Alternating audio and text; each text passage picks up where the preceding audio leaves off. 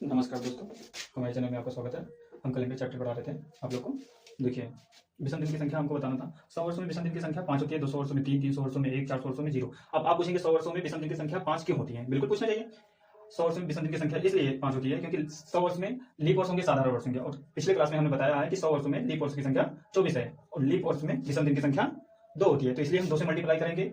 और साधारण वर्ष में जब 100 वर्ष में लीप वर्ष 24 होंगे तो साधारण वर्ष 76 होंगे और साधारण वर्ष में विषम दिन की संख्या 1 होती है, इसलिए इसमें हम 76 1 से भाग देंगे और 76 आएगा, 76 आएगा। और लीप वर्ष में 2 से भाग देंगे क्योंकि लीप वर्ष में विषम दिन की संख्या 2 होती है। तो यहाँ पे 48 आ गया और 7 से हम दोनों को जब ऐड कर देंगे तो 124 आएगा और 7 से जब भाग देंगे हम तो 5 शेषफल आ जाएगा। ठीक है, अब आप पूछेंगे जब 100 वर्षों में 5 शेषफल आ रहा है तो 200 वर्षों में 10 आएगा शेषफल? बिल्कुल आएगा। तो हम इसको अब बताइए, हम 7 से डिवाइड करते हैं। बताइए 10 तो ज्यादा बड़ा है 7 से, तो हम 7 से एक बार फिर से भाग देंगे। ये हो जाएगा, ये देखिए 3 आ गया।